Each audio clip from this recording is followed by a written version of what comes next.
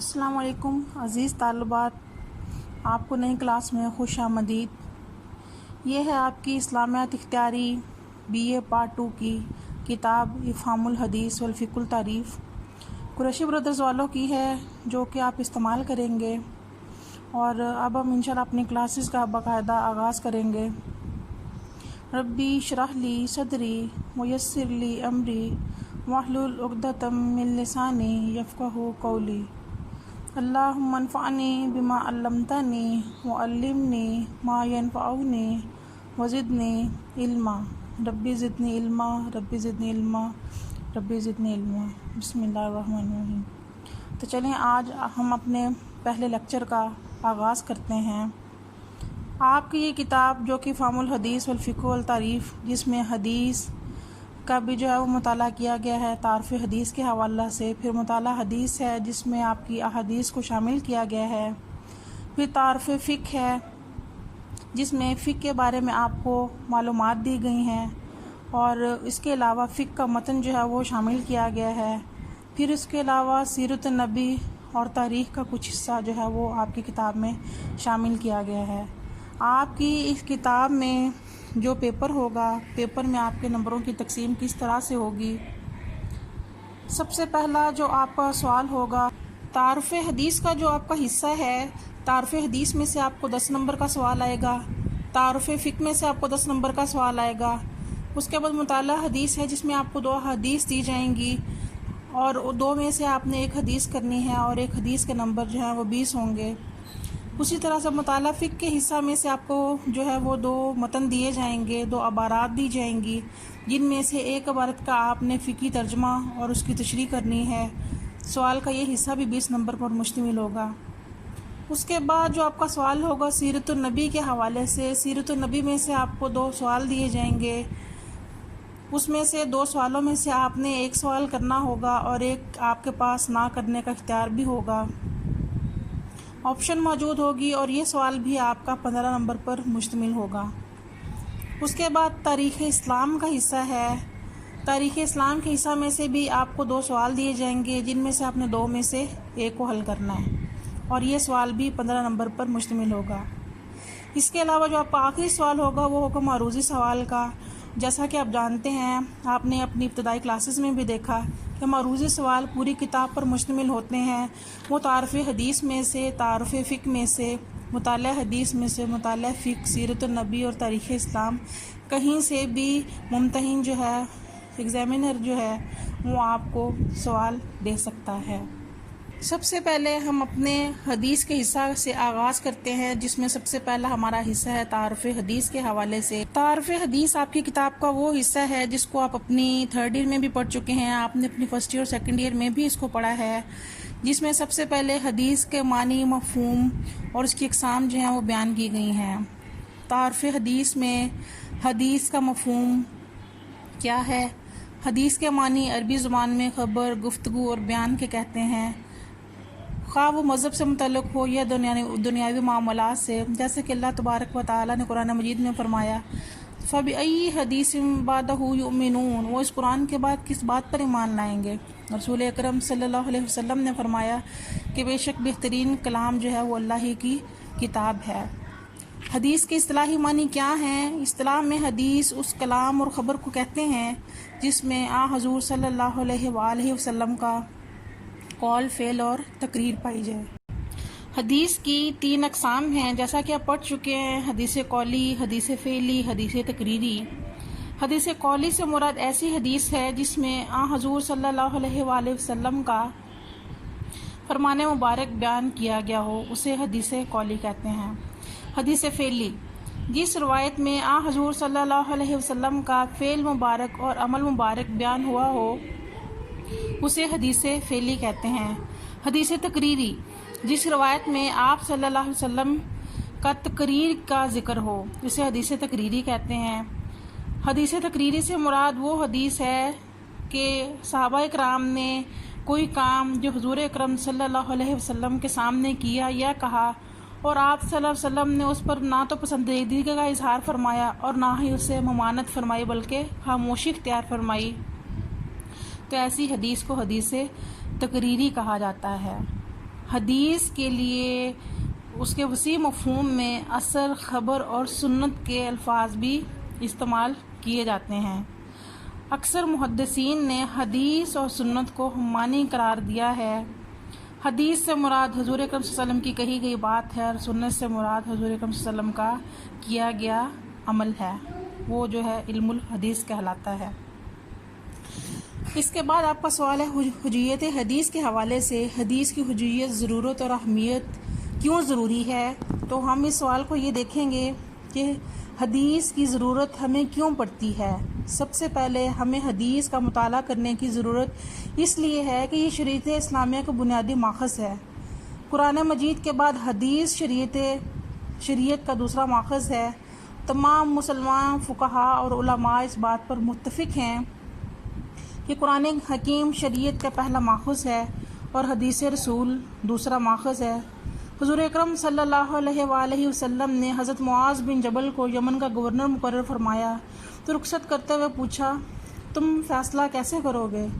تو حضرت معاذ بن جبل کیا جواب دیتے ہیں کہ یا رسول اللہ، میں کتاب اللہ کے مطابق فیصلے کروں گا۔ آپ صلی اللہ علیہ وسلم نے فرمایا کہ اگر تم قرآن میں اس مسئلے کا حل نہ پاؤ تو حضرت معاذ بن جبل نے فرمایا، یا رسول اللہ، سنت رسول کی روشنی میں فیصلہ کروں گا۔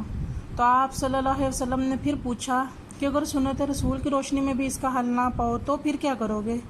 حضرت معاذ بن جبل رضی اللہ تعالیٰ عنہ نے فرمایا، اپنی رائے سے اجتہاد کروں گا۔ حضور اکرم صلی اللہ علیہ وآلہ وسلم نے فرمایا، خدا کا شکر ہے جس نے رسول اکرم صلی اللہ علیہ وسلم کے بھیجے ہوئے اللہ کے رسول سے موافقت کی توفیق عطا فرمائی۔ اس سے بھی ہمیں پتہ چلتا ہے کہ حدیث شریعت کا دوسرا ماخذ ہے۔ پھر ہمیں حدیث کا مطالعہ کرنے کی ضرورت کیوں پیش آتی ہے؟ چونکہ حدیث ہی قرآن کی تفسیر ہے۔ چونکہ قرآن اگر قانون ہے تو حدیث اس کی شرح ہے۔ قرآن میں اللہ تعالیٰ کے احکامات کا اجمالاً تذکرہ کیا گیا ہے اور حدیث میں ہمیں ان احکامات کا تفصیلاً تذکرہ ملتا ہے۔ جیسا کہ آپ پہلے بھی جانتے ہیں کہ جیسے کہ اس کی ایک مثال ہے کہ قرآن پاک میں جیسے اللہ تعالیٰ نے آپ کو نماز کے قائم کرنے کا حکم دیا۔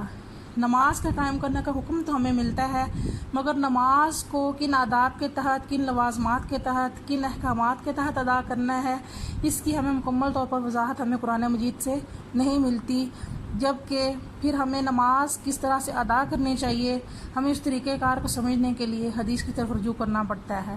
جب ہم حدیث کی طرف رجوع کرتے ہیں تو اللہ کے نبی نے کیا فرمایا؟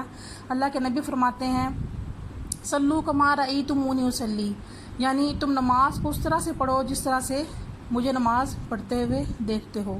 اسی طرح سے نماز کے بعد اللہ تعالیٰ نے قرآن پاک میں دوسرے ارکان کا تذکرہ فرمایا، نماز، روزہ، زکوٰۃ اور حج۔ زکوٰۃ کیسے ادا کرنی ہے، روزہ کیسے رکھنا ہے، کس وقت سے لے کر کس وقت تک رکھنا ہے، حج کو کب ادا کرنا ہے، حج کے مناسک کون کون سے ہیں، کون سی احتیاط جو ہے وہ حج کے دوران کرنی چاہیے، اور حج کن لوگوں پر فرض ہے۔ تو اللہ تعالیٰ نے ان لوگوں پر حج کو فرض کیا ہے جو کہ حج کو ادا کرنے کی استطاعت رکھتے ہوں، یعنی نہ تو ان کی کوئی شرعی مجبوری ہو، یا نہ ہی ان کی کوئی مالی مجبوری ہو، نہ ہی ان کی کوئی جسمانی مزدوری ہو، بلکہ اللہ تعالیٰ نے ان کو ہر طرح کی طاقت اور وسعت دے رکھی ہو، تو ان لوگوں کے لیے حج کو اللہ تعالیٰ نے زندگی میں ایک بار جو ہے وہ فرض کیا ہے۔ اب حج کی ہمیں تفصیل بھی ملتی ہے۔ رسول اکرم صلی اللہ علیہ وسلم نے فرمایا کہ خذوا عنی مناسککم، تم حج کے احکامات بھی مجھ سے سیکھ لو۔ اسی طرح سے زکوٰۃ ادا کرنے کے بارے میں کہ زکوٰۃ کب واجب ہوتی ہے، کن لوگوں پر ہوتی ہے، زکوٰۃ کا نصاب کیا ہے، کن لوگوں سے لینی چاہیے اور کن لوگوں کو دینی چاہیے۔ اب حدیث کی ضرورت ہمیں کیوں پڑتی ہے؟ قرآن کو سمجھنے کے لیے کہ بہت سے معاملات ہیں، واقعات ہیں، صحابہ کرام کے واقعات ہیں جن کا تذکرہ تو قرآن پاک میں فرمایا گیا، مگر ہمیں ان کی تفصیل کس سے پتہ چلتی ہے؟ یقیناً حدیث سے ہی۔ قرآن پاک میں اللہ تعالیٰ نے فرمایا ہے کہ وَإِذْ يَعِدُكُمُ اللَّهُ إِحْدَى الطَّائِفَتَيْنِ أَنَّهَا لَكُمْ، اور جب اللہ تم سے وعدہ کر رہا تھا کہ وہ جماعتوں میں سے ایک تمہارے قبضے میں آئے گی، تو اب ہمیں کیا پتہ چلتا ہے؟ کیا صرف قرآن سے معلوم ہو سکتا ہے یہ جماعتیں کون سی تھی؟ اللہ تعالیٰ نے جس وعدے کا ذکر کیا ہے وہ وعدہ قرآن مجید میں کہاں ہے؟ لیکن سیرت رسول میں اس کا ذکر موجود ہے۔ غزوہ بدر کے موقع پر وہ ایک طرف قافلہ تجارت تھا اور دوسری طرف 1000 کفار کا لشکر تھا، یعنی قافلہ تجارت اور لشکر قریش۔ اسی طرح سے قرآن مجید میں یہ آیت وَعَلَى الثَّلَاثَةِ الَّذِينَ خُلِّفُوا، اور وہ 3 اشخاص جن پر اللہ کی مہربانی ان کے معاملے کو پیچھے رکھا گیا۔ یہ مہربانی کا کیا معاملہ ہے؟ غزوہ تبوک میں کچھ صحابہ ایسے تھے جو کہ اس غزوہ میں شریک ہونے سے رہ گئے تھے۔ غزوہ تبوک ان حالات میں پیش آیا تھا جب صحابہ کرام کو ہر حوالے سے بہت سی مشکلات کا سامنا تھا۔ ان کے پاس مال کی رسد جو تھی وہ ختم ہو چکی تھی، شدید گرمی تھی۔ اس سے پہلے صحابہ غزوہ حنین سے واپس آئے تھے اور آتے ساتھ یہ دوسرا معرکہ بھی ان کو ادا کرنا پڑا۔ تو وہ 3 صحابہ کون سے جن کا ذکر اللہ نے قرآن پاک میں بیان فرمایا؟ وہ 3 صحابہ حضرت کعب بن مالک، حضرت مرارہ بن ربیع اور حلال بن امیہ ہیں۔ اور ان اصحاب کا ذکر ہمیں کہاں سے ملتا ہے؟ یقیناً احادیث سے ملتا ہے۔ پھر حدیث کی ضرورت کیوں ہے؟ کیونکہ قرآن پاک میں اللہ تعالیٰ نے اپنی اطاعت کو اپنے نبی کی اطاعت سے مشروط کر دیا۔ اللہ تعالیٰ قرآن پاک میں فرماتے ہیں قُلْ اطیعوا اللَّهَ وَاطیعوا الرَّسُولَ، کہ اللہ کی اطاعت کرو اور اس کے رسول کی اطاعت کرو۔ من یؤطع اللہ ورسولہ فقد فاز فوزا عظیما۔ پھر اللہ یہ بھی فرماتے ہیں کہ جس نے اللہ اور اس کے رسول کی اطاعت کی تو اس نے بہت بڑی کامیابی کی، یعنی کہ اللہ تعالیٰ نے کامیابی کے ساتھ مشروط کس کو کیا؟ اپنے نبی کی اطاعت کو کیا۔ یعنی اللہ کی اطاعت کر کے کوئی کامیابی حاصل نہیں کر سکتا جب تک کہ اس کے نبی کی بھی اطاعت نہ کی جائے۔ تو قرآن پاک میں اللہ تعالیٰ نے اپنی محبت کو مشروط کیا اپنے نبی کی محبت کے ساتھ۔ اللہ فرماتے ہیں قُلْ إِن كُنتُمْ تُحِبُّونَ اللَّهَ، یعنی اے لوگو اگر تم ایمان ہونے کا دعوے دار ہو، مومنین ہونے کے دعوے دار ہو تو کہہ دی ان کنتم تحبون اللہ، تو اے نبی آپ ان لوگوں سے کہہ دیجئے اگر تم اللہ سے محبت کرتے ہو تو کیا کرو؟ فاتبعونی، تو پھر تم میری یعنی محمد صلی اللہ علیہ وسلم کی پیروی کرو۔ جب تم محمد کی پیروی کرو گے یحببکم اللہ، تو کیا کرے گا؟ اللہ تم سے محبت کرے گا۔ وَيُحْبِبْكُمُ اللَّهُ، جب اللہ تم سے محبت کرے گا تو کیا کرے گا؟ وَيَغْفِرْ لَكُمْ ذُنُوبَكُمْ جَمِيعًا، تو پھر اللہ تعالیٰ تمہارے سارے کے سارے گناہوں کو معاف کر دے گا۔